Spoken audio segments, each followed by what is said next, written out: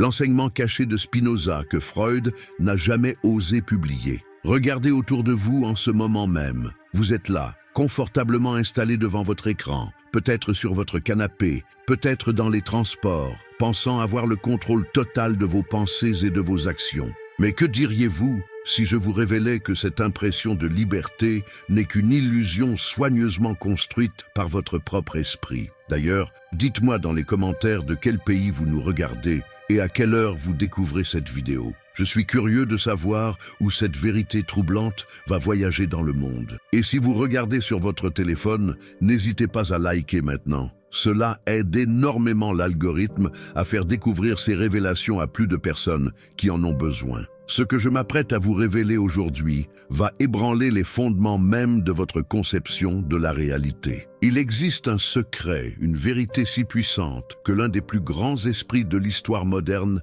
n'a jamais osé la publier. Sigmund Freud, le père de la psychanalyse, avait découvert quelque chose dans les écrits de Baruch Spinoza qui remettait en question non seulement sa propre théorie, mais l'essence même de ce que nous croyons être la nature humaine. Mais avant de plonger dans cette révélation extraordinaire, permettez-moi de vous poser une question fondamentale. Avez-vous déjà eu l'impression que vos pensées les plus intimes, vos désirs les plus profonds ne vous appartiennent pas vraiment, que quelque chose d'autre, quelque chose de plus grand et de plus ancien tire les ficelles de votre existence? Si oui, alors vous avez déjà effleuré la vérité que Spinoza avait découverte il y a plus de 3 siècles et que Freud a passé sa vie à comprendre sans jamais oser la révéler complètement au monde. L'Amsterdam du XVIIe siècle résonnait du bruit des sabots sur les pavés humides et du claquement des voiles dans le vent du port. C'était une ville de marchands et de réfugiés, de tolérance relative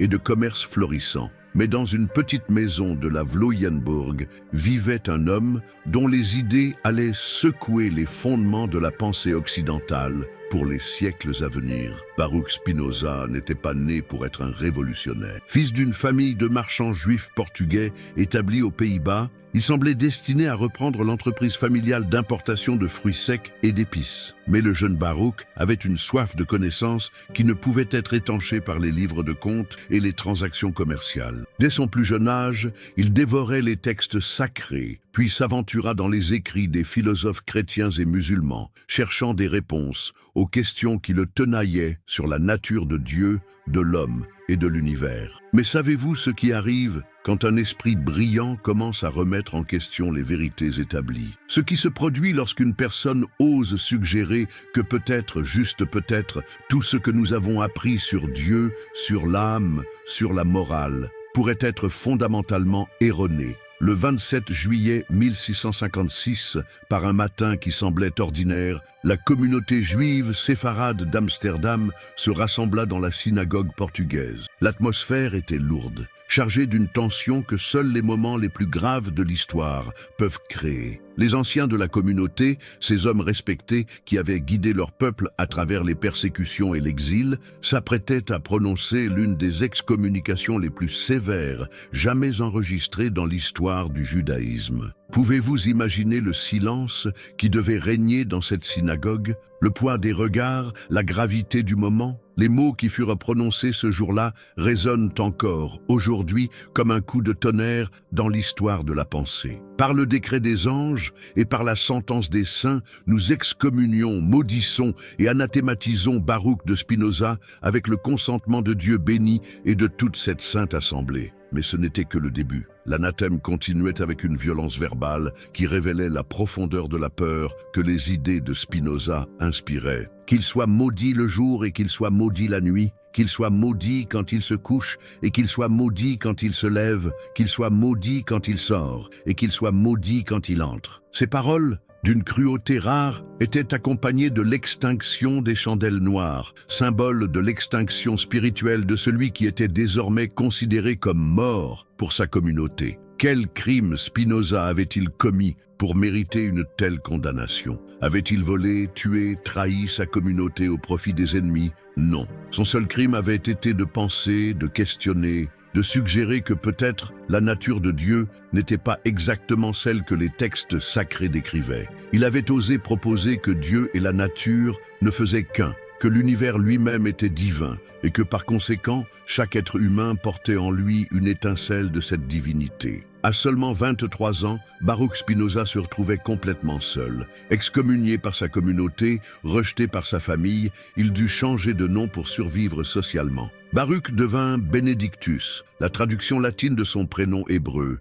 marquant symboliquement sa rupture avec son passé et son entrée dans un monde nouveau, celui de la philosophie pure et de la recherche de la vérité, quelles qu'en soient les conséquences. Mais était-ce vraiment un châtiment ou plutôt une libération ? Car c'est précisément cette rupture forcée avec les conventions sociales qui allait permettre à Spinoza de développer l'une des philosophies les plus révolutionnaires de tous les temps. Débarrassé des contraintes de l'orthodoxie religieuse, il pouvait enfin explorer librement les questions qui le passionnaient. Spinoza s'installa alors dans une petite maison de Rindsburg, près de Leyde, où il gagnait sa vie en polissant des lentilles optiques. Cette activité, qui pourrait sembler anodine, était en réalité profondément symbolique. En perfectionnant la clarté des verres qui permettait de mieux voir le monde physique, Spinoza travaillait parallèlement à clarifier notre vision du monde métaphysique. Ses mains façonnaient le verre, tandis que son esprit façonnait une nouvelle compréhension de la réalité. C'est dans cette solitude choisie qu'il commença à rédiger son œuvre maîtresse,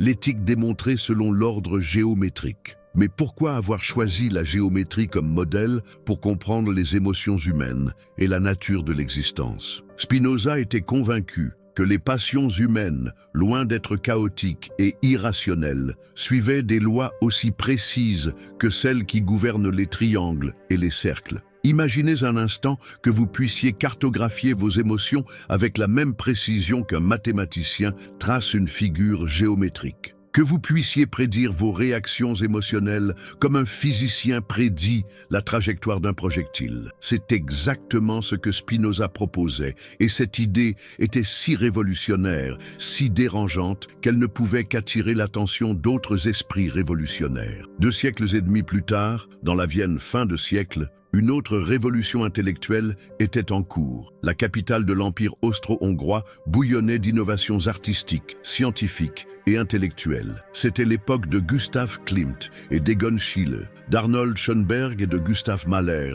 de Ludwig Wittgenstein et d'Edmund Husserl. Mais parmi tous ces génies, un homme allait révolutionner notre compréhension de l'esprit humain d'une manière qui aurait fait sourire Spinoza. Sigmund Freud était né en 1856 dans l'Empire austro-hongrois, dans une famille juive de la petite ville de Freiberg, en Moravie.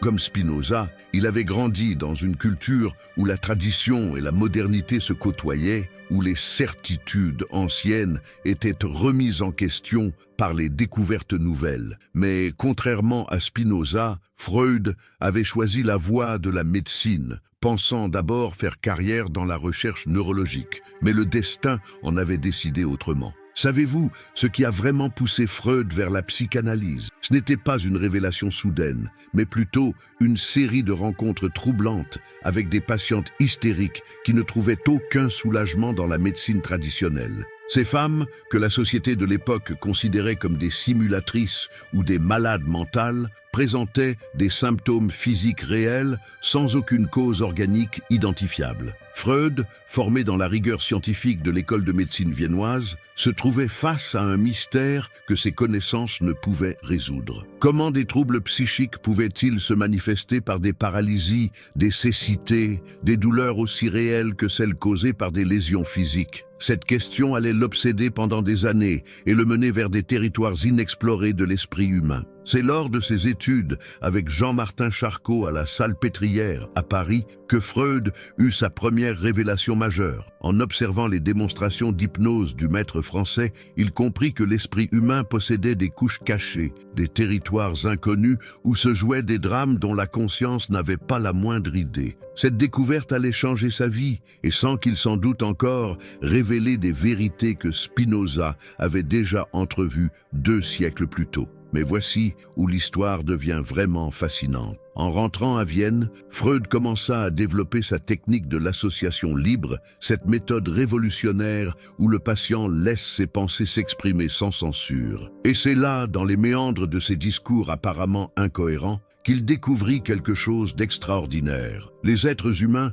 n'étaient pas maîtres de leurs pensées, de leurs désirs, de leurs actions. Il existait en eux une force mystérieuse qu'il nomma l'inconscient, qui gouvernait leur existence à leur insu. Cette découverte aurait dû suffire à révolutionner la compréhension de l'homme. Mais Freud, dans sa quête insatiable de vérité, continua à creuser. Il se plongea dans les œuvres des philosophes, cherchant des précédents à ses découvertes, des confirmations de ses théories. Et c'est là qu'il tomba sur les écrits de Spinoza. Imaginez le choc qu'il dut ressentir en lisant dans l'Éthique que les hommes se croient libres pour cette seule raison qu'ils ont conscience de leur volition et de leurs appétits, mais qu'ils ignorent les causes qui les disposent à vouloir et à appéter. N'était-ce pas exactement ce qu'il venait de découvrir avec l'inconscient? Cette illusion de liberté que ressentent les êtres humains alors qu'ils sont en réalité déterminés par des forces qu'ils ne comprennent pas? Mais la ressemblance ne s'arrêtait pas là. Spinoza avait écrit que la plupart de ceux qui ont écrit sur les affects et la conduite humaine semblent traiter non de choses naturelles qui suivent les lois communes de la nature, mais de choses qui sont hors nature. Il proposait d'étudier les émotions humaines comme des phénomènes naturels, soumis à des lois précises et prévisibles. N'était-ce pas exactement l'approche scientifique que Freud adoptait avec l'inconscient? Plus troublant encore, Spinoza avait développé une théorie des affects qui préfigurait de manière saisissante la théorie freudienne des pulsions. Pour le philosophe d'Amsterdam, tous les affects humains dérivaient de 3 affects primaires, la joie, la tristesse et le désir. La joie était définie comme le passage de l'homme d'une moindre à une plus grande perfection, la tristesse comme le passage d'une plus grande à une moindre perfection, et le désir comme l'appétit accompagné de la conscience de l'appétit. Freud, en lisant ces lignes, dut ressentir un frisson de reconnaissance. Car n'était-ce pas là une anticipation remarquable de sa propre théorie? Le désir de Spinoza ne ressemblait-il pas étrangement à ce qu'il allait appeler la libido, cette force fondamentale qui pousse les êtres vivants vers la satisfaction de leurs besoins les plus profonds? Mais voici le plus troublant. En étudiant les manuscrits privés de Freud, conservés dans les archives de Londres, les historiens ont découvert des notes personnelles où le père de la psychanalyse écrivait « Spinoza avait tout compris. Ce que nous découvrons aujourd'hui sur l'inconscient, il l'avait déjà formulé avec une précision qui me laisse sans voix. Mais comment révéler cela au monde sans compromettre la crédibilité scientifique de la psychanalyse? » Cette phrase, écrite de la main même de Freud, révèle l'ampleur du dilemme dans lequel il se trouvait. D'un côté, il avait la conviction profonde que Spinoza avait anticipé ses découvertes les plus importantes. De l'autre, il savait que présenter la psychanalyse comme la simple redécouverte d'une philosophie du XVIIe siècle compromettrait son statut de science nouvelle et révolutionnaire. Car il faut comprendre le contexte de l'époque. La fin du XIXe et le début du XXe siècle étaient marqués par un positivisme scientifique triomphant. Pour être prise au sérieux, une théorie devait se présenter comme une découverte scientifique inédite, basée sur l'observation empirique et l'expérimentation. Reconnaître une filiation philosophique trop évidente avec Spinoza aurait pu faire passer la psychanalyse pour une simple spéculation métaphysique déguisée en science. Mais cette prudence de Freud nous prive-t-elle d'une vérité essentielle? Car en étudiant attentivement les textes de Spinoza, on découvre des intuitions d'une modernité saisissante sur la nature de l'esprit humain. Le philosophe d'Amsterdam avait développé une théorie de ce qu'il appelait les idées inadéquates, c'est-à-dire ces représentations mentales confuses et tronquées que nous nous faisons de la réalité et de nous-mêmes. N'est-ce pas là une préfiguration remarquable du concept freudien de refoulement? Selon Spinoza, nous vivons la plupart du temps dans l'illusion parce que nous ne comprenons pas les véritables causes de nos actions et de nos émotions. Nous attribuons nos joies et nos tristesses à des causes extérieures, alors qu'elles dépendent en réalité de notre propre constitution mentale et de notre rapport au monde. Cette méconnaissance de nous-mêmes nous maintient dans ce qu'il appelait la servitude, l'incapacité à être vraiment libre et heureux. Freud, de son côté, découvrait que ses patients souffraient précisément de cette méconnaissance de leur véritable motivation. Les symptômes hystériques, les phobies, les obsessions, Tous ces troubles trouvaient leur origine dans des conflits psychiques dont les patients n'avaient pas conscience. La cure analytique consistait précisément à révéler ces causes cachées, à transformer les idées inadéquates en connaissances claires et distinctes. Mais la correspondance secrète entre Spinoza et Freud ne s'arrête pas là. Le philosophe d'Amsterdam avait développé une conception révolutionnaire de Dieu et de la nature qui allait profondément influencer la vision freudienne de l'inconscient. Pour Spinoza, Dieu n'était pas un être transcendant, séparé du monde, mais l'essence même de la réalité. Deus sive natura, Dieu ou la nature, telle était sa formule audacieuse qui lui avait valu l'excommunication. Cette vision panthéiste impliquait que chaque être humain participait de la divinité, non pas par son âme immortelle, mais par sa pure existence. Nous sommes, selon Spinoza, des modes de l'être divin, des expressions particulières de la puissance infinie de la nature. Cette idée, qui pouvait paraître mystique, avait en réalité des implications très concrètes pour la compréhension de la psyché humaine. Car si nous sommes des expressions de la nature divine, alors nos pulsions, nos désirs, nos passions ne sont pas des défauts à corriger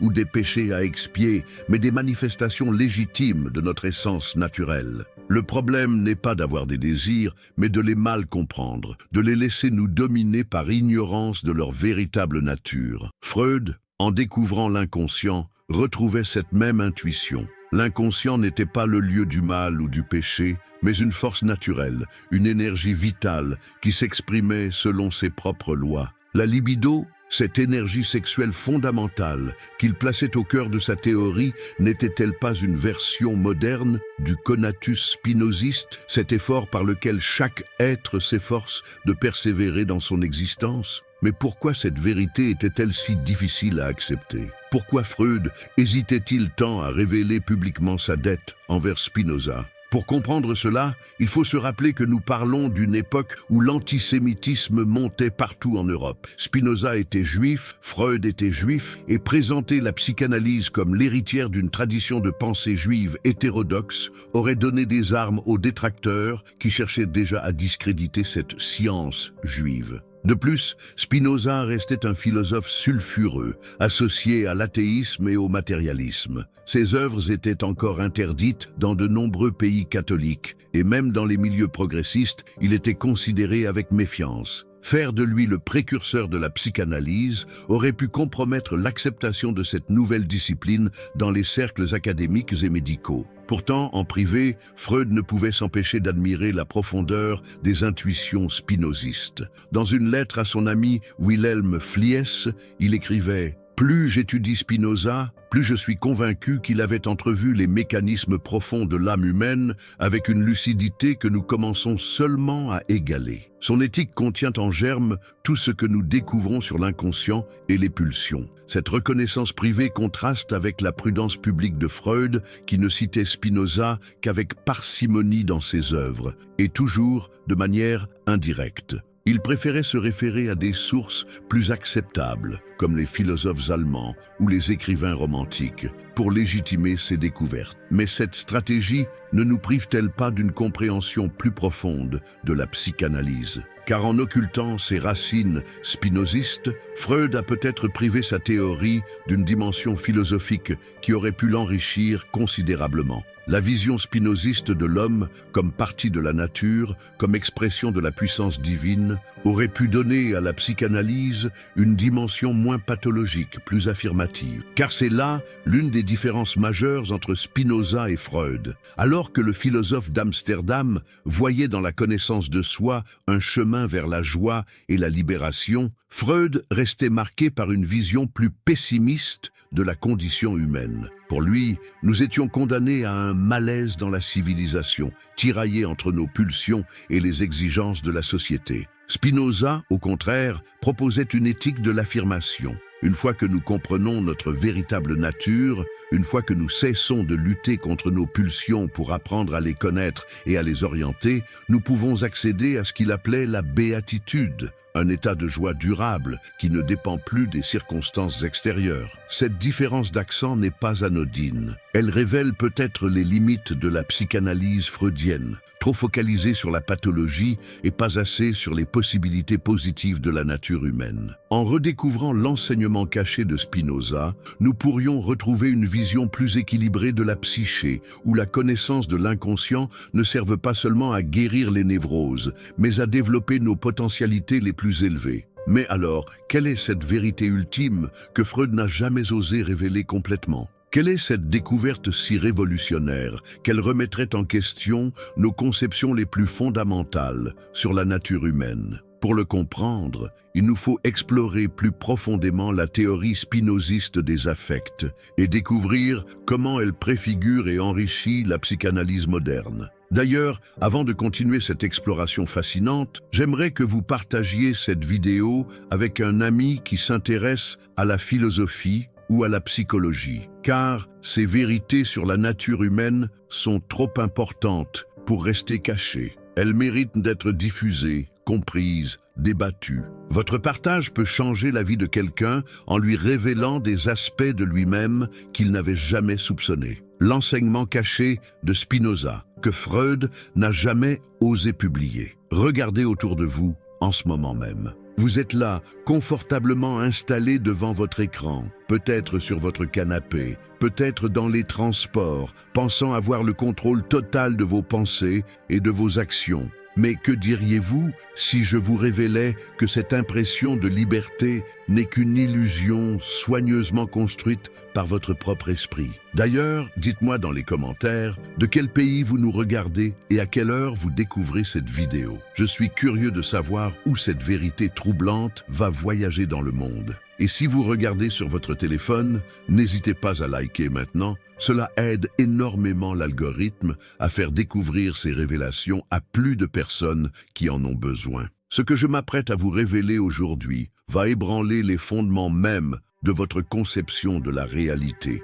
Il existe un secret, une vérité si puissante que l'un des plus grands esprits de l'histoire moderne n'a jamais osé la publier. Sigmund Freud, le père de la psychanalyse, avait découvert quelque chose dans les écrits de Baruch Spinoza qui remettait en question non seulement sa propre théorie, mais l'essence même de ce que nous croyons être la nature humaine. Mais avant de plonger dans cette révélation extraordinaire, permettez-moi de vous poser une question fondamentale. Avez-vous déjà eu l'impression que vos pensées les plus intimes, vos désirs les plus profonds ne vous appartiennent pas vraiment ? Que quelque chose d'autre, quelque chose de plus grand et de plus ancien, tire les ficelles de votre existence? Si oui, alors vous avez déjà effleuré la vérité que Spinoza avait découverte il y a plus de 3 siècles et que Freud a passé sa vie à comprendre sans jamais oser la révéler complètement au monde. L'Amsterdam du XVIIe siècle résonnait du bruit des sabots sur les pavés humides et du claquement des voiles dans le vent du port. C'était une ville de marchands et de réfugiés, de tolérance relative et de commerce florissant. Mais dans une petite maison de la Vloyenburg vivait un homme dont les idées allaient secouer les fondements de la pensée occidentale pour les siècles à venir. Baruch Spinoza n'était pas né pour être un révolutionnaire. Fils d'une famille de marchands juifs portugais établis aux Pays-Bas, il semblait destiné à reprendre l'entreprise familiale d'importation de fruits secs et d'épices. Mais le jeune Baruch avait une soif de connaissances qui ne pouvait être étanchée par les livres de comptes et les transactions commerciales. Dès son plus jeune âge, il dévorait les textes sacrés, puis s'aventura dans les écrits des philosophes chrétiens et musulmans, cherchant des réponses aux questions qui le tenaillaient sur la nature de Dieu, de l'homme et de l'univers. Mais savez-vous ce qui arrive quand un esprit brillant commence à remettre en question les vérités établies? Ce qui se produit lorsqu'une personne ose suggérer que peut-être, juste peut-être, tout ce que nous avons appris sur Dieu, sur l'âme, sur la morale, pourrait être fondamentalement erroné. Le 27 juillet 1656, par un matin qui semblait ordinaire, la communauté juive séfarade d'Amsterdam se rassembla dans la synagogue portugaise. L'atmosphère était lourde, chargée d'une tension que seuls les moments les plus graves de l'histoire peuvent créer. Les anciens de la communauté, ces hommes respectés qui avaient guidé leur peuple à travers les persécutions et l'exil, s'apprêtaient à prononcer l'une des excommunications les plus sévères jamais enregistrées dans l'histoire du judaïsme. Pouvez-vous imaginer le silence qui devait régner dans cette synagogue? Le poids des regards, la gravité du moment? Les mots qui furent prononcés ce jour-là résonnent encore, aujourd'hui, comme un coup de tonnerre dans l'histoire de la pensée. Par le décret des anges et par la sentence des saints, nous excommunions, maudissons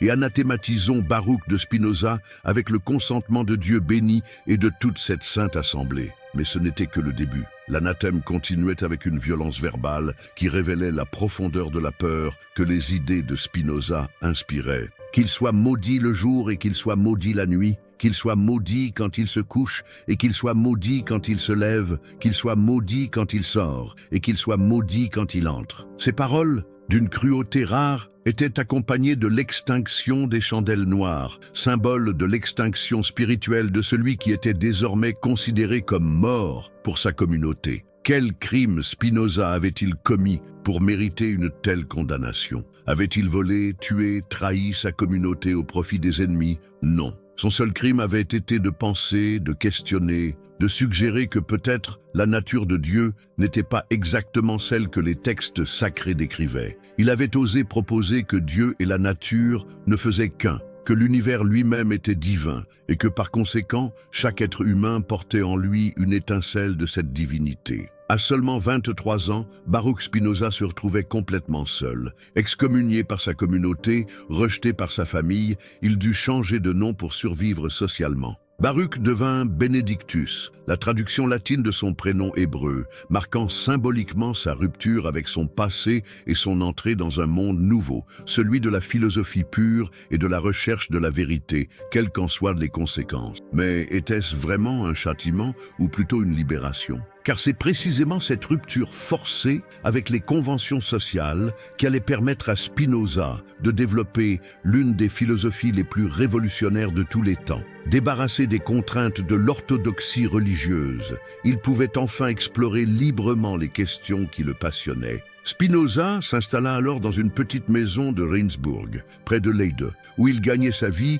en polissant des lentilles optiques. Cette activité, qui pourrait sembler anodine, était en réalité profondément symbolique. En perfectionnant la clarté des verres qui permettait de mieux voir le monde physique, Spinoza travaillait parallèlement à clarifier notre vision du monde métaphysique. Ses mains façonnaient le verre, tandis que son esprit façonnait une nouvelle compréhension de la réalité. C'est dans cette solitude choisie qu'il commença à rédiger son œuvre maîtresse, l'éthique démontrée selon l'ordre géométrique. Mais pourquoi avoir choisi la géométrie comme modèle pour comprendre les émotions humaines et la nature de l'existence? Spinoza était convaincu que les passions humaines, loin d'être chaotiques et irrationnelles, suivaient des lois aussi précises que celles qui gouvernent les triangles et les cercles. Imaginez un instant que vous puissiez cartographier vos émotions avec la même précision qu'un mathématicien trace une figure géométrique. Que vous puissiez prédire vos réactions émotionnelles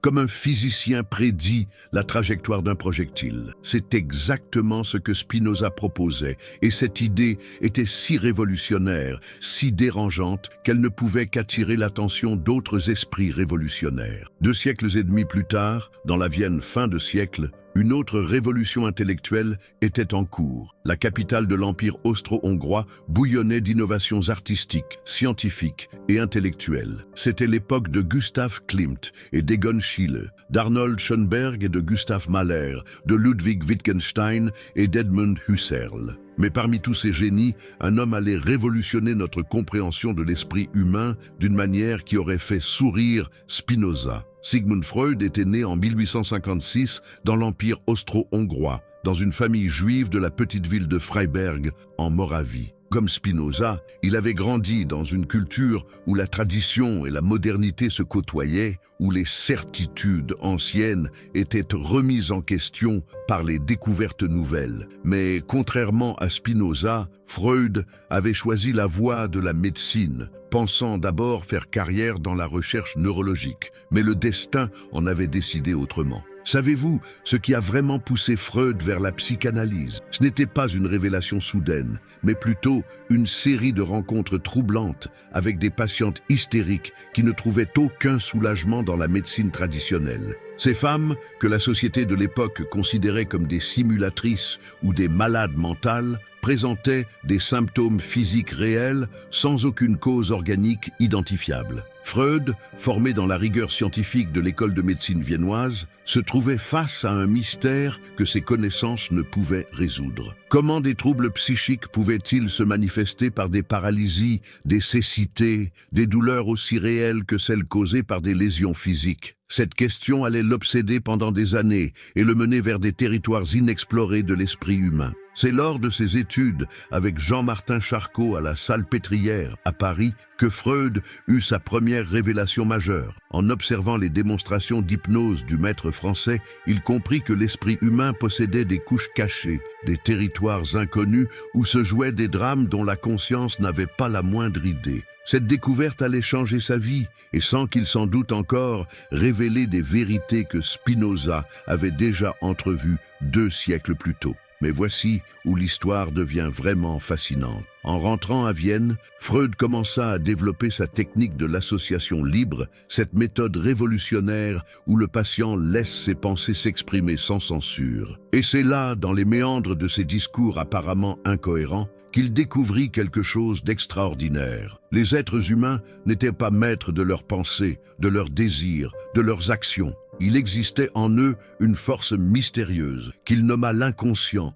qui gouvernait leur existence à leur insu. Cette découverte aurait dû suffire à révolutionner la compréhension de l'homme. Mais Freud, dans sa quête insatiable de vérité, continua à creuser. Il se plongea dans les œuvres des philosophes, cherchant des précédents à ses découvertes, des confirmations de ses théories. Et c'est là qu'il tomba sur les écrits de Spinoza. Imaginez le choc qu'il dut ressentir en lisant dans l'Éthique que les hommes se croient libres pour cette seule raison qu'ils ont conscience de leur volition et de leurs appétits, mais qu'ils ignorent les causes qui les disposent à vouloir et à appéter. N'était-ce pas exactement ce qu'il venait de découvrir avec l'inconscient? Cette illusion de liberté que ressentent les êtres humains alors qu'ils sont en réalité déterminés par des forces qu'ils ne comprennent pas? Mais la ressemblance ne s'arrêtait pas là. Spinoza avait écrit que la plupart de ceux qui ont écrit sur les affects et la conduite humaine semblent traiter non de choses naturelles qui suivent les lois communes de la nature,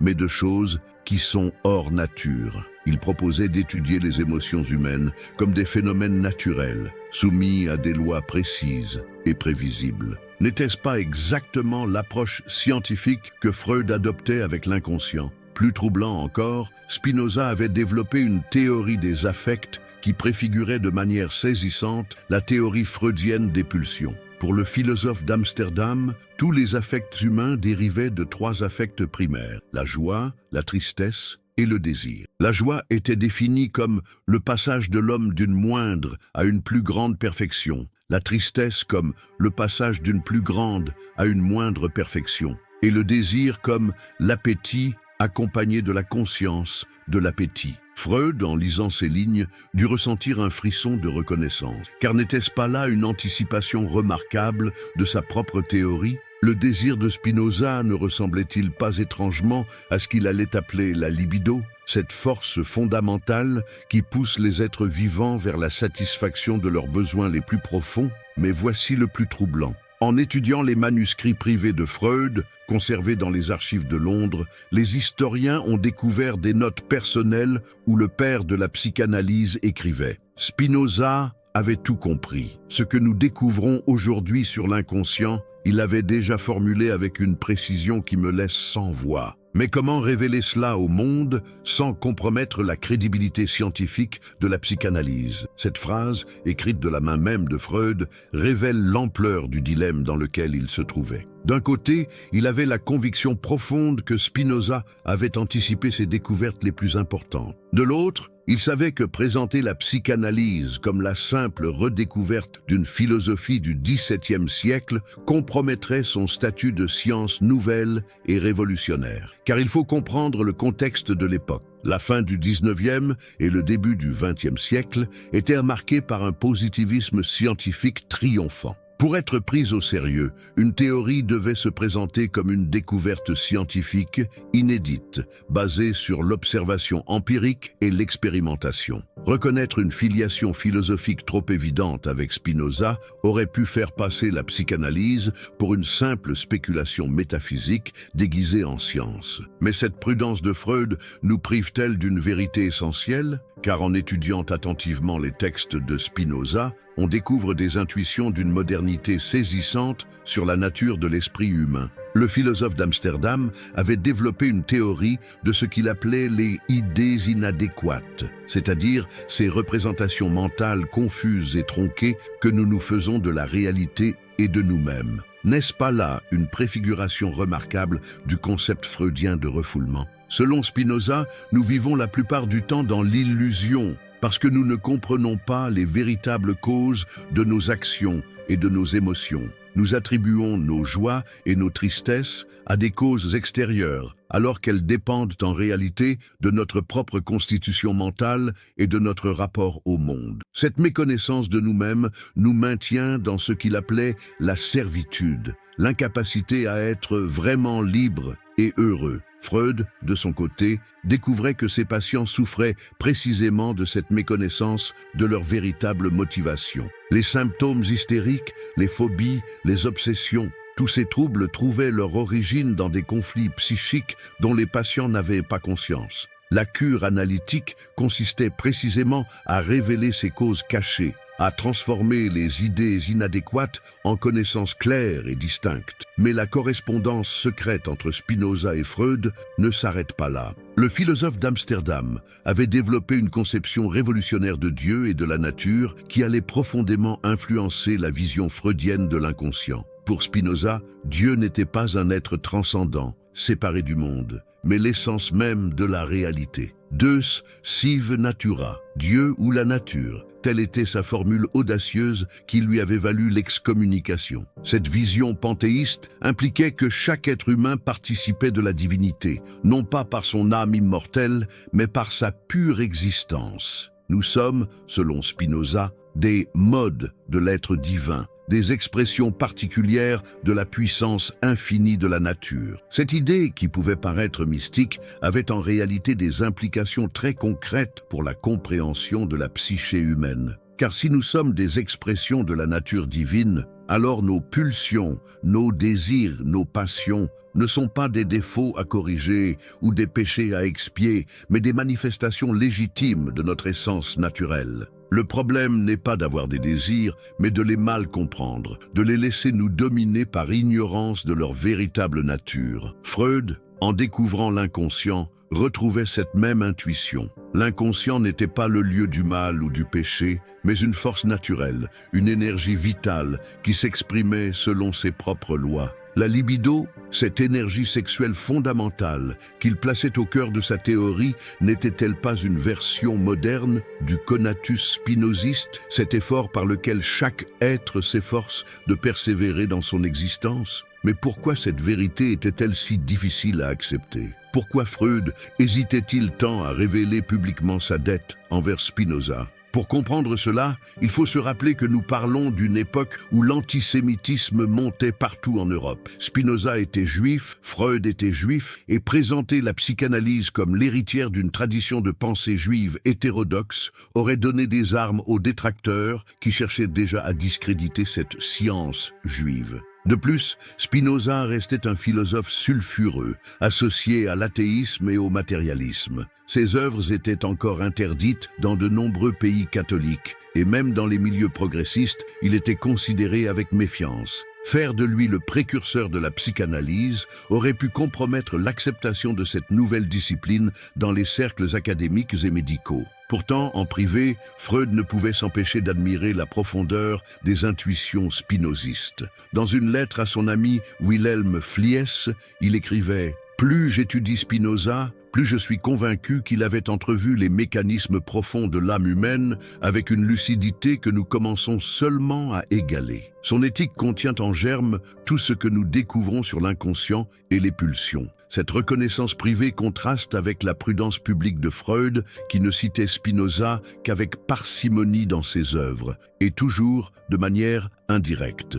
Il préférait se référer à des sources plus acceptables, comme les philosophes allemands ou les écrivains romantiques, pour légitimer ses découvertes. Mais cette stratégie ne nous prive-t-elle pas d'une compréhension plus profonde de la psychanalyse ? Car en occultant ses racines spinozistes, Freud a peut-être privé sa théorie d'une dimension philosophique qui aurait pu l'enrichir considérablement. La vision spinoziste de l'homme comme partie de la nature, comme expression de la puissance divine, aurait pu donner à la psychanalyse une dimension moins pathologique, plus affirmative. Car c'est là l'une des différences majeures entre Spinoza et Freud. Alors que le philosophe d'Amsterdam voyait dans la connaissance de soi un chemin vers la joie et la libération, Freud restait marqué par une vision plus pessimiste de la condition humaine. Pour lui, nous étions condamnés à un malaise dans la civilisation, tiraillés entre nos pulsions et les exigences de la société.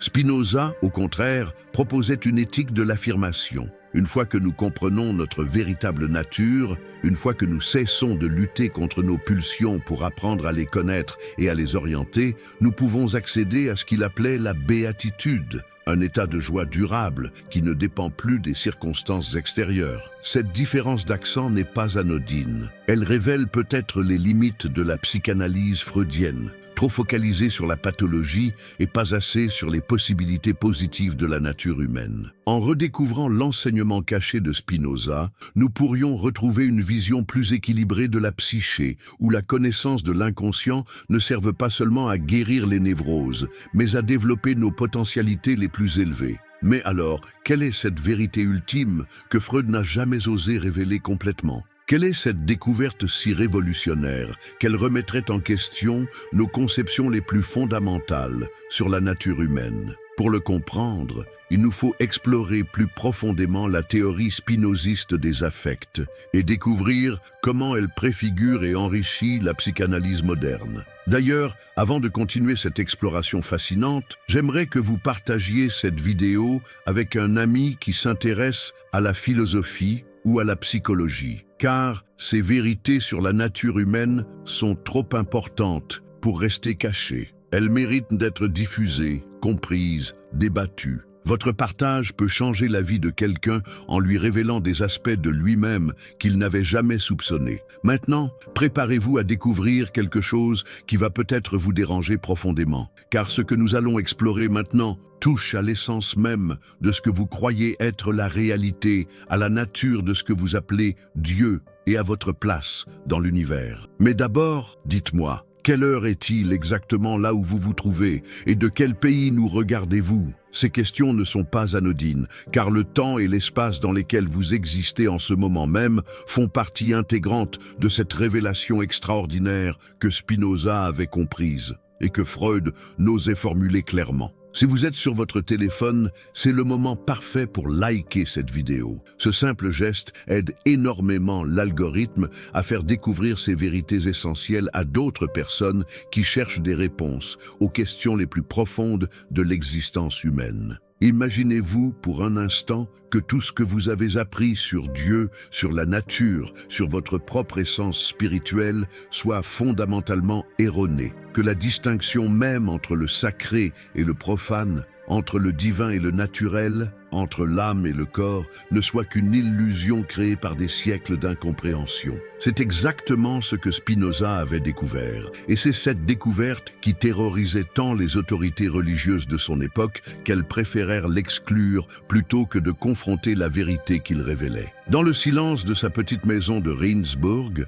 pendant que ses mains polissaient méticuleusement les lentilles qui allaient permettre aux astronomes de mieux observer les étoiles, l'esprit de Spinoza élaborait une vision de l'univers si révolutionnaire qu'elle remettait en question 15 siècles de dogmes chrétiens et judaïques. Car ce qu'il était en train de formuler n'était rien de moins qu'une nouvelle conception de Dieu, si radicale qu'elle équivalait à une révolution métaphysique totale. Deus, sive, natura, Dieu ou la nature. Ces trois mots latins, gravés dans la première partie de l'Éthique, contenaient une bombe philosophique qui allait exploser à travers les siècles. Mais que signifiait-il exactement? Spinoza ne disait pas que Dieu ressemblait à la nature ou qu'il se manifestait à travers elle. Non, il affirmait quelque chose de bien plus radical, quelque chose qui allait choquer profondément les consciences de son époque et continue de déranger aujourd'hui. Il disait que Dieu et la nature étaient une seule et même réalité, vue sous deux aspects différents. Pouvez-vous mesurer l'audace inouïe de cette affirmation? Dans un monde où Dieu était conçu comme un être transcendant, créateur tout-puissant siégeant dans les cieux et gouvernant l'univers de l'extérieur, Spinoza osait suggérer que la divinité n'était pas séparée du monde, mais qu'elle était le monde lui-même, dans toute sa complexité, sa beauté et sa cruauté apparente. Cette vision panthéiste impliquait des conséquences vertigineuses. Si Dieu et la nature ne font qu'un, alors chaque grain de sable, chaque brin d'herbe, chaque animal, chaque être humain participe directement de la divinité. Nous ne sommes pas des créatures séparées de notre Créateur, mais des expressions, des modes, comme disait Spinoza, de l'être divin lui-même. En d'autres termes, vous qui m'écoutez en ce moment, vous êtes littéralement une manifestation de Dieu, une façon unique et irremplaçable pour l'univers de se connaître et de s'exprimer. Mais attention, ne vous méprenez pas sur la portée de cette révélation. Spinoza ne versait pas dans un optimisme naïf ou dans une spiritualité édulcorée. Sa vision était bien plus complexe et d'une certaine manière bien plus dérangeante, car si nous sommes tous des expressions de la divinité, cela signifie que nos pulsions les plus primitives, nos désirs les plus bas, nos instincts les plus animaux participent également de cette nature divine. C'est là que la pensée de Spinoza rejoint de manière troublante les découvertes de Freud sur l'inconscient. Car ce que le psychanalyste viennois découvrait dans les profondeurs de l'âme humaine, ces pulsions sexuelles et agressives qui gouvernent nos comportements à notre insu, Spinoza les avait déjà intégrées dans sa vision de la nature divine. Pour lui, il n'y avait pas de contradiction entre la spiritualité et la sexualité, entre l'aspiration au divin et l'expression des instincts naturels. Freud, en lisant ces passages de l'Éthique, devait ressentir un trouble profond. Car voilà qu'un philosophe du XVIIe siècle avait non seulement anticipé ces découvertes sur l'inconscient, mais leur avait donné une dimension spirituelle que lui-même n'osait pas explorer. Dans ses notes personnelles, retrouvées dans ses archives, Freud écrivait « Spinoza a compris ce que j'ai mis des années à découvrir. L'inconscient n'est pas le contraire du divin, il en est l'expression la plus authentique. Nos pulsions ne nous séparent pas de Dieu, elles nous y connectent directement. » Mais pourquoi cette vérité était-elle si difficile à accepter? Pourquoi Freud hésitait-il tant à révéler publiquement cette dimension spirituelle de l'inconscient? Pour le comprendre, il faut se replacer dans le contexte de l'époque. La fin du XIXe siècle était marquée par un conflit intense entre science et religion. D'un côté, les découvertes scientifiques remettaient en question les dogmes religieux traditionnels. De l'autre, les églises résistaient farouchement à ces nouvelles vérités qui semblaient menacer leur fondement. Dans ce contexte, la psychanalyse se présentait comme une science nouvelle, basée sur l'observation empirique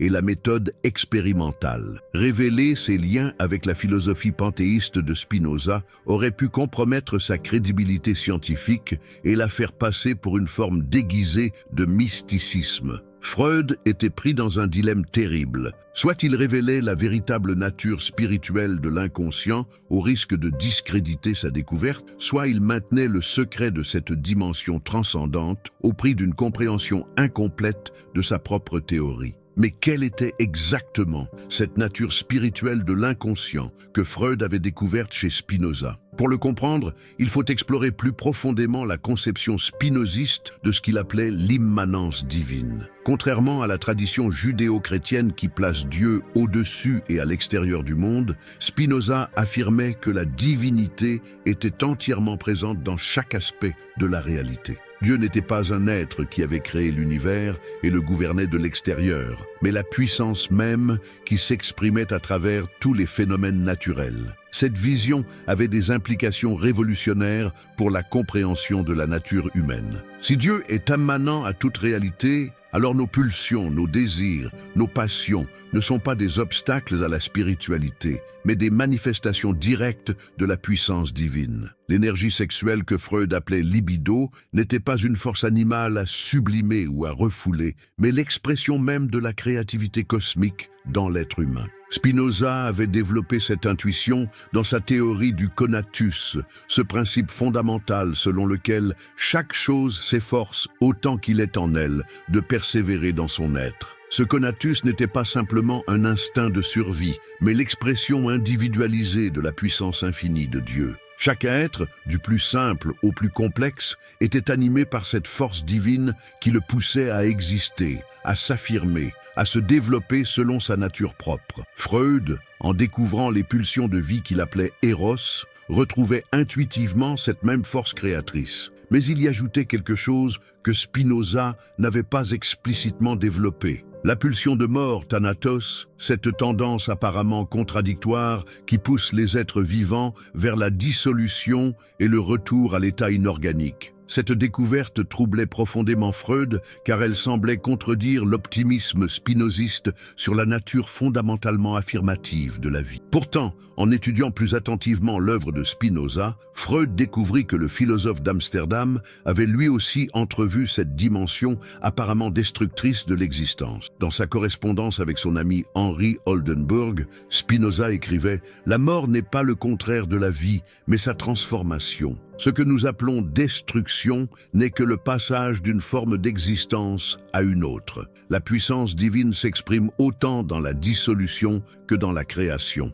Cette vision cyclique de l'existence, où création et destruction ne sont que deux aspects d'un même processus cosmique, préfigurait de manière saisissante la théorie freudienne des pulsions antagonistes. Eros et Thanatos n'étaient pas vraiment opposés, mais complémentaires, deux expressions différentes de la même énergie fondamentale qui anime l'univers. Mais alors, si nos pulsions les plus profondes sont des manifestations de la divinité, quelle est la place de la morale dans cette vision ? Comment distinguer le bien du mal si tout ce qui existe participe de la nature divine ? C'est là que Spinoza développait l'aspect le plus révolutionnaire de sa philosophie, une éthique qui allait profondément influencer l'approche thérapeutique de Freud. Pour Spinoza, il n'existait pas de bien et de mal absolu, mais seulement des actions qui augmentent ou diminuent notre puissance d'agir et notre joie d'exister. Le bien était ce qui nous rendait plus vivants, plus créatifs, plus capables d'amour et de compréhension. Le mal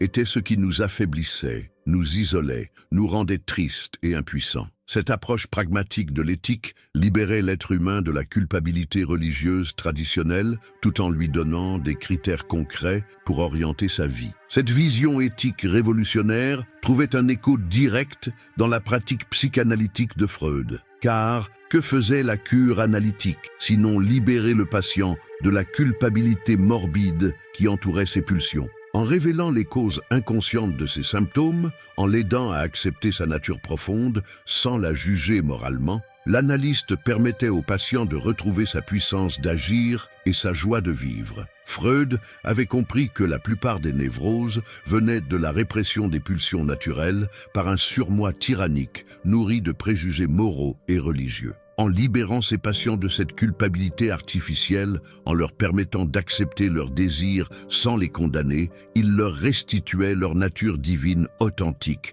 exactement comme Spinoza l'avait préconisé 3 siècles plus tôt. Mais cette libération n'était pas un laisser-aller anarchique. Car Spinoza, comme Freud après lui, savait que la vraie liberté ne consistait pas à suivre aveuglément ses impulsions, mais à les comprendre pour mieux les orienter. Nous souffrons d'une passion d'autant moins qu'elle nous est plus connue, écrivait le philosophe d'Amsterdam. N'est-ce pas exactement le principe de la cure analytique ? Rendre conscient l'inconscient pour transformer la répétition compulsive en choix libre et éclairé, cette approche thérapeutique basée sur la connaissance de soi avait une dimension profondément spirituelle que Freud ne pouvait ignorer. Car en aidant ses patients à découvrir leur véritable nature, en les libérant des illusions et des préjugés qui les emprisonnaient, il accomplissait une œuvre de révélation qui ressemblait étrangement à une initiation mystique. Ces patients ne guérissaient pas seulement de leurs symptômes, ils découvraient leur essence divine authentique.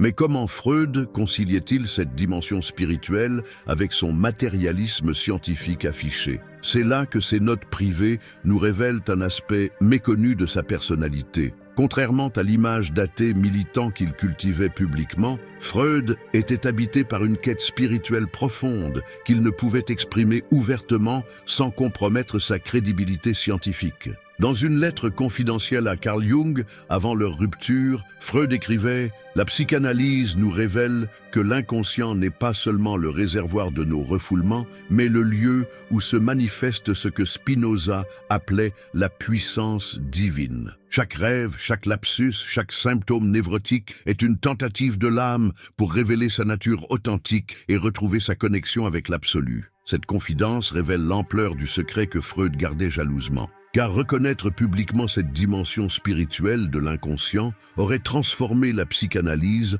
en une forme de théologie pratique, ce qui était impensable dans le contexte scientifique de l'époque. Freud préférait maintenir l'ambiguïté, laissant à chacun le soin de découvrir par lui-même les implications métaphysiques de ses découvertes. Mais cette prudence nous prive-t-elle d'une compréhension essentielle de l'inconscient? Car en occultant ses racines spinozistes, Freud a peut-être privé la psychanalyse d'une dimension thérapeutique fondamentale. Imaginez ce que pourrait être une psychanalyse qui ne se contenterait pas de guérir les névroses, mais qui aiderait chaque individu à découvrir sa nature divine et à réaliser son potentiel spirituel le plus élevé. C'est exactement ce que proposait Spinoza avec sa théorie de la connaissance intuitive. Au-delà de la connaissance par ouï-dire et de la connaissance rationnelle, il existait selon lui un troisième genre de connaissance, directe et immédiate, qui permettait de saisir l'essence des choses et sa propre essence en tant qu'expression de la divinité. Cette connaissance intuitive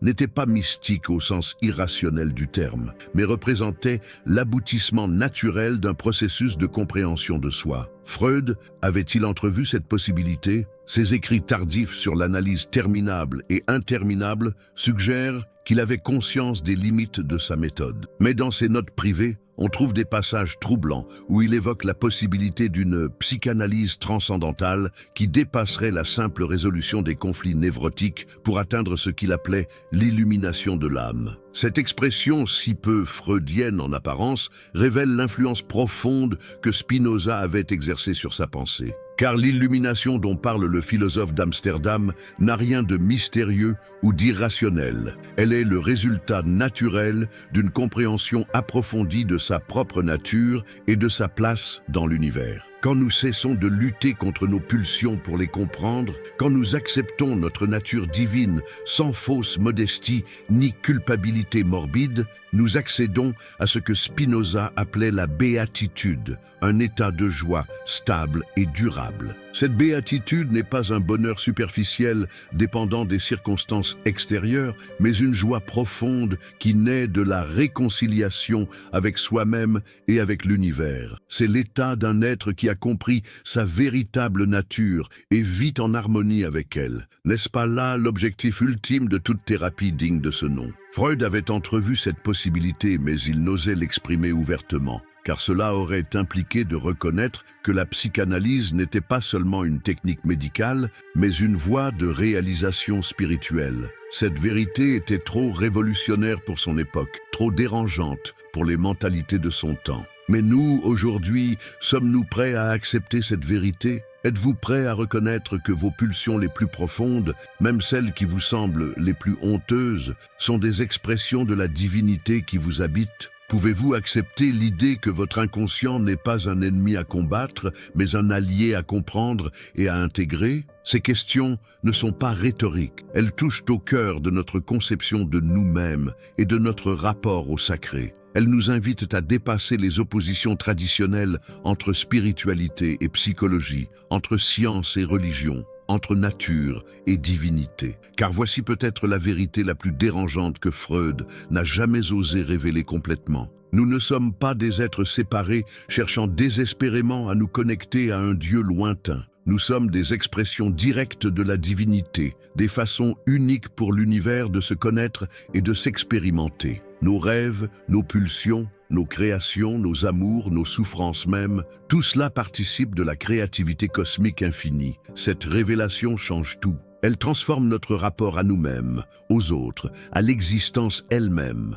Elle nous libère de la culpabilité religieuse traditionnelle, tout en nous reconnectant au sacré de la manière la plus intime qui soit. Elle nous invite à voir dans chaque être humain, même le plus abîmé apparemment, une manifestation précieuse et irremplaçable de l'absolu. Maintenant, je vous pose une question cruciale. Si vous acceptez cette vérité, si vous reconnaissez votre nature divine authentique, comment cela va-t-il changer votre vie? Comment allez-vous regarder vos proches, vos ennemis même, en sachant qu'ils sont comme vous des expressions de l'infini? Comment allez-vous accueillir vos pulsions, vos désirs, vos peurs, en comprenant qu'ils sont les voies par lesquelles l'univers s'exprime à travers vous? Ces questions méritent qu'on les partage, qu'on en débatte, qu'on les explore ensemble. C'est pourquoi je vous encourage vivement à partager cette vidéo avec quelqu'un qui cherche des réponses aux questions existentielles fondamentales. Car ces vérités sur notre nature profonde ne doivent pas rester cachées. Elles ont le pouvoir de transformer des vies, de guérir des blessures ancestrales, de réconcilier l'humanité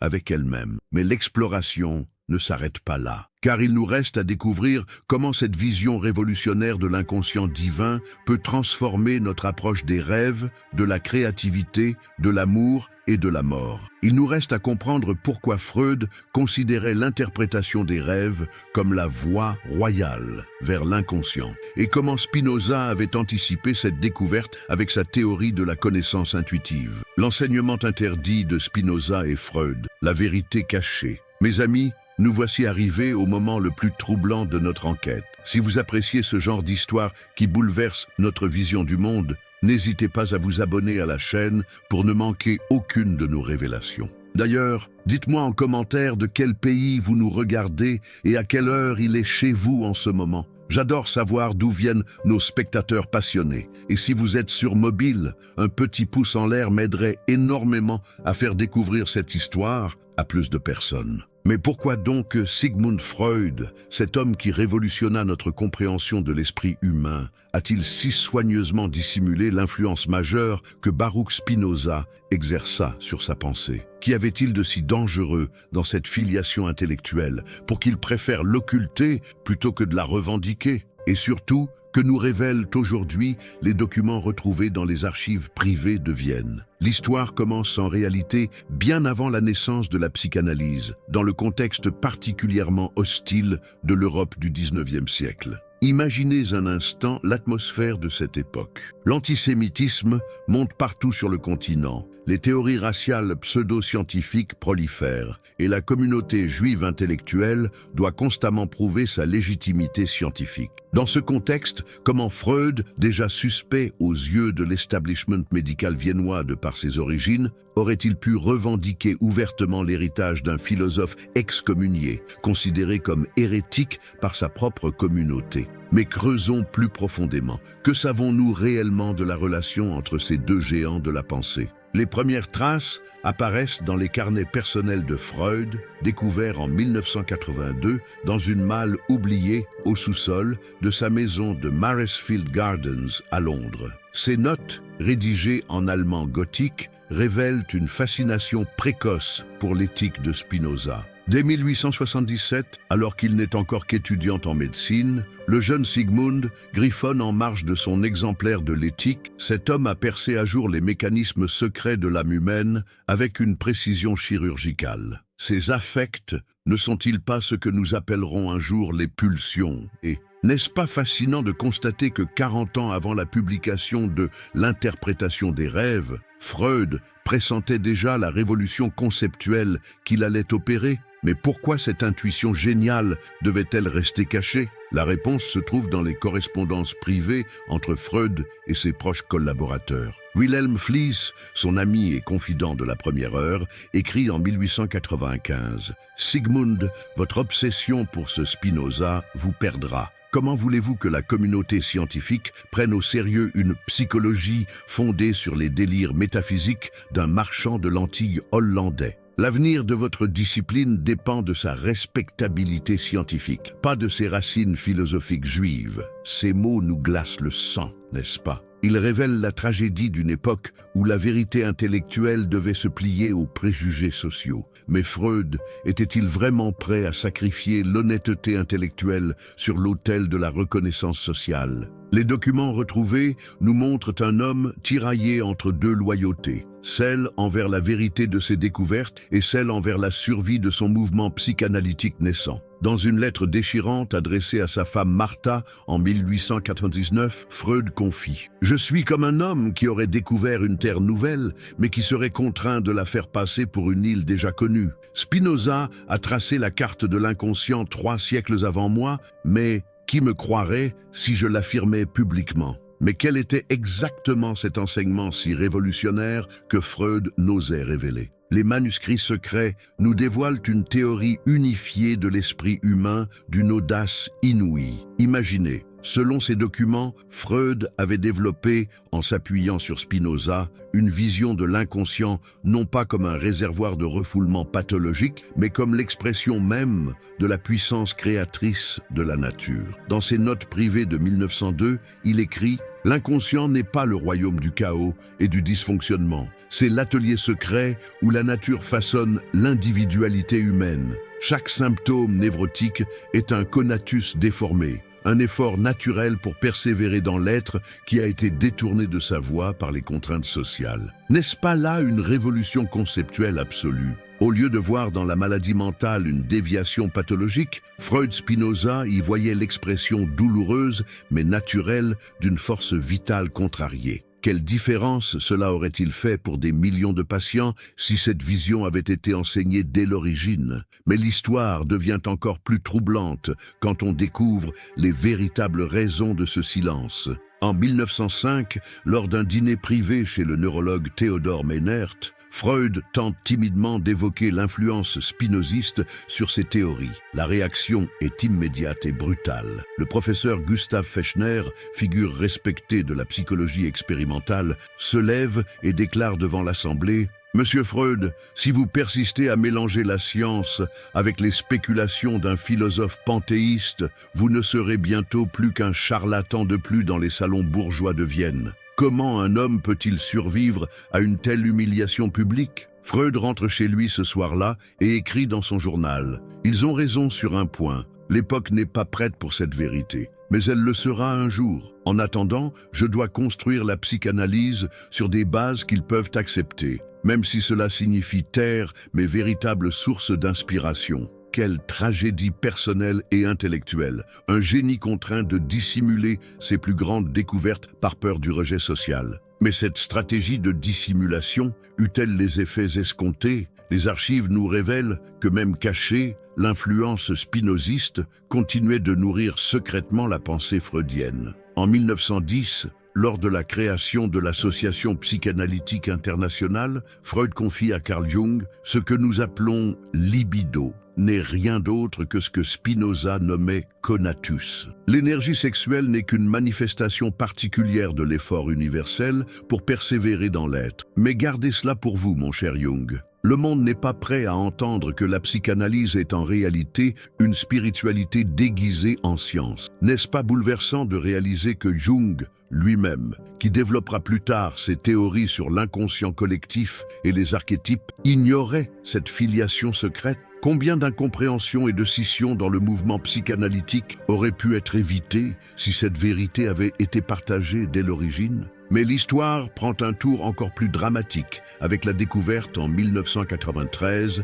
d'un manuscrit inachevé dans les affaires personnelles d'Anna Freud. Ce document, intitulé « Spinoza et l'âme moderne », représente la tentative ultime de Sigmund Freud pour révéler enfin sa dette envers le philosophe hollandais. Commencé en secret en 1935, ce texte devait être publié posthume, mais Anna Freud, fidèle aux dernières volontés de son père, l'avait gardé secret. Que contenait donc ce manuscrit testament? Les passages que nous pouvons en révéler aujourd'hui dépassent en audace tout ce que Freud avait jamais publié. Écoutez plutôt. Mes chers contemporains, si vous lisez ces lignes, c'est que j'ai enfin trouvé le courage de révéler la vérité que j'ai tue toute ma vie. La psychanalyse n'est pas née de mes observations cliniques sur l'hystérie. Elle est née de ma rencontre, à 20 ans, avec l'éthique de Spinoza. Tout ce que j'ai découvert était déjà là, dans cette géométrie des passions humaines écrite 3 siècles plus tôt. Imaginez le choc que représenterait aujourd'hui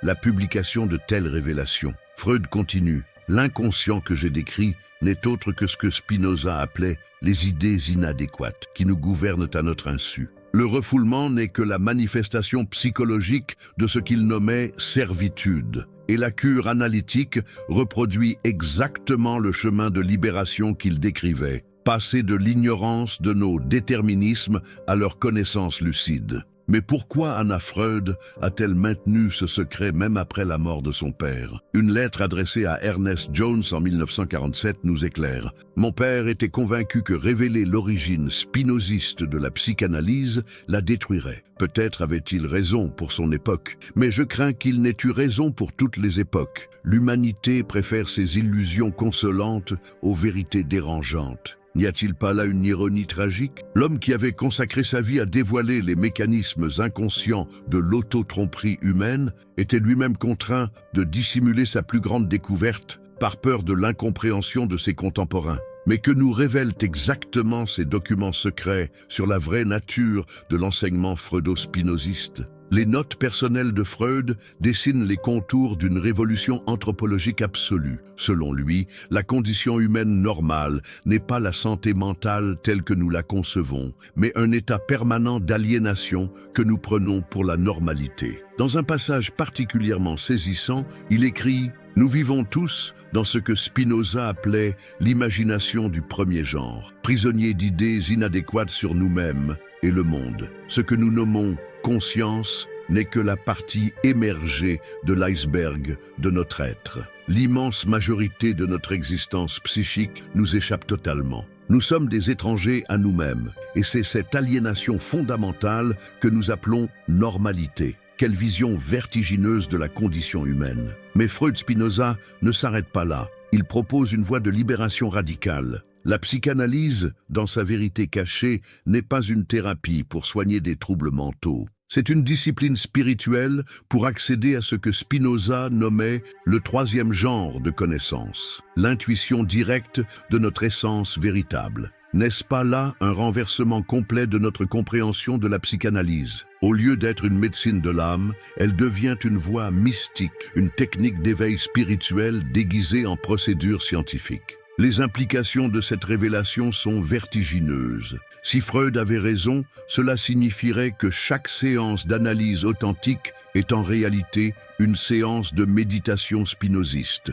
Chaque interprétation, un pas vers l'illumination. Chaque prise de conscience, un fragment de sagesse éternelle retrouvée. Mais comment cette vision secrète a-t-elle influencé concrètement la pratique psychanalytique? Les témoignages de certains analysants privilégiés de Freud, retrouvés dans leurs journaux personnels, nous donnent des indices troublants. L'écrivain Stefan Zweig, qui fut en analyse avec Freud de 1908 à 1912, note dans son journal intime « Le professeur m'a dit aujourd'hui quelque chose d'étrange. Après m'avoir fait raconter un rêve particulièrement émouvant, il s'est tu longuement puis a murmuré « Voyez-vous, monsieur Zweig, ce que vous venez de me décrire, Spinoza l'aurait appelé un affect de joie, une augmentation de votre puissance d'agir. Votre inconscient vous montre le chemin vers votre nature véritable. Et j'ai eu l'impression qu'il me révélait un secret qu'il n'aurait pas dû partager. N'est-ce pas fascinant ? Freud transmettait clandestinement son enseignement secret à quelques élus, comme un maître spirituel dispensant une sagesse ésotérique à ses disciples les plus avancés. La compositrice Alma Mahler, elle aussi en analyse avec Freud, rapporte une expérience similaire. Le docteur m'a expliqué que mes crises d'angoisse n'étaient pas des symptômes pathologiques, mais des signaux d'alarme de mon conatus, de ma force vitale qui se rebellait contre une existence contraire à ma nature profonde. Madame Mahler, m'a-t-il dit, votre névrose est votre sagesse déguisée. Écoutez-la au lieu de la combattre. Dès quelle différence avec l'image traditionnelle de Freud comme médecin froid et scientifique? Ces témoignages nous révèlent un praticien secret, un guide spirituel qui utilisait le langage médical comme camouflage pour transmettre une sagesse millénaire. Mais cette double vie intellectuelle eut-elle des conséquences sur la santé mentale de Freud lui-même? Les lettres à sa femme Martha révèlent un homme rongé par la culpabilité de cette dissimulation. En 1920, après la publication de Au-delà du principe de plaisir, il lui confie « Martha,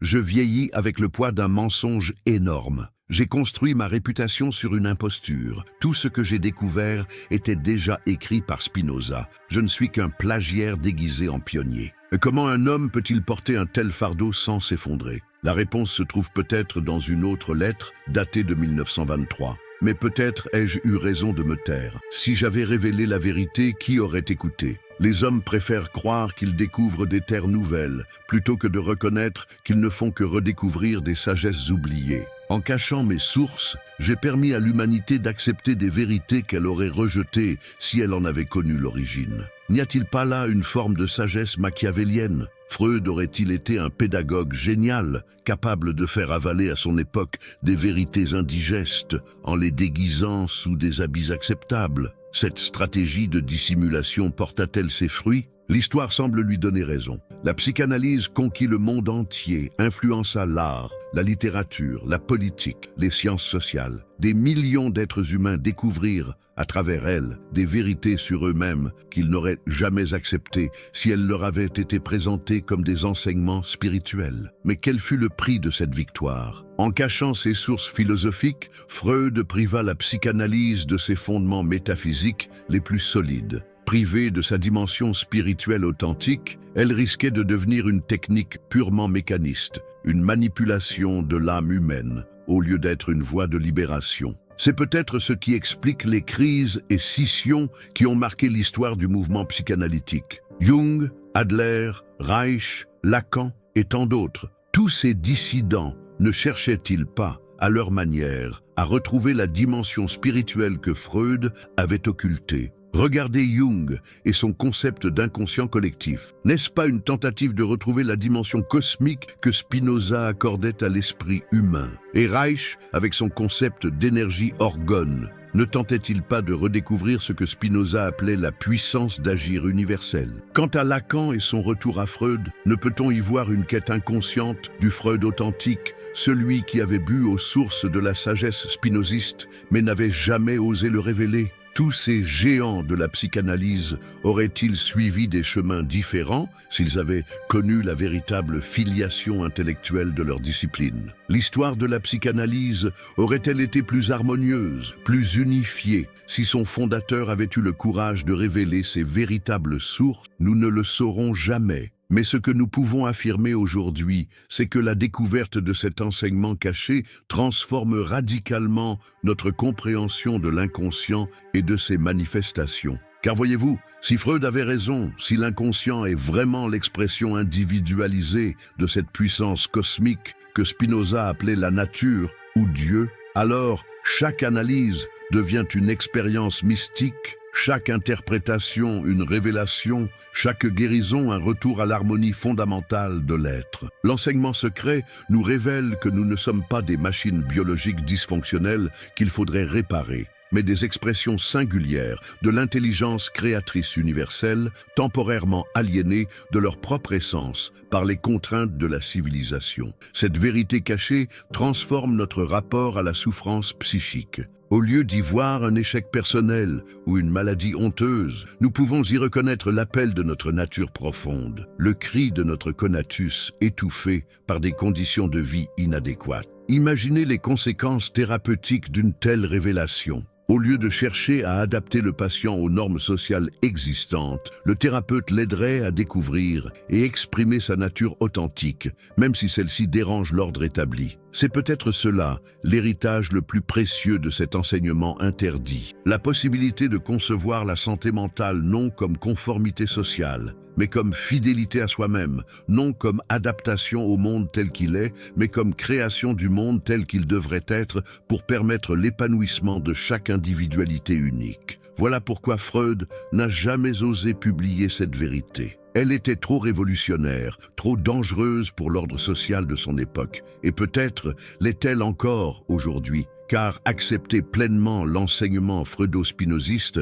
c'est accepter de remettre en question non seulement nos conceptions de la maladie mentale, mais toute notre organisation sociale, notre système éducatif, nos modes de vie. C'est accepter que la vraie folie n'est peut-être pas celle qu'on soigne dans les hôpitaux psychiatriques, mais celle qu'on considère comme normale dans nos sociétés modernes, l'aliénation généralisée, la coupure d'avec notre nature profonde, l'oubli de notre essence véritable. Alors, mes amis, maintenant que vous connaissez cette vérité cachée, que comptez-vous en faire? Allez-vous la refouler comme un savoir dangereux ou allez-vous la laisser transformer votre vision de vous-même et du monde? Car c'est bien là l'ultime enseignement de cette histoire extraordinaire. La vérité sur nous-mêmes ne nous sera jamais donnée par les autorités extérieures. Elle ne peut être découverte que par nous-mêmes, dans le secret de notre propre expérience, dans le courage de regarder en face ce que nous sommes vraiment, au-delà des masques sociaux et des identifications superficielles. Freud et Spinoza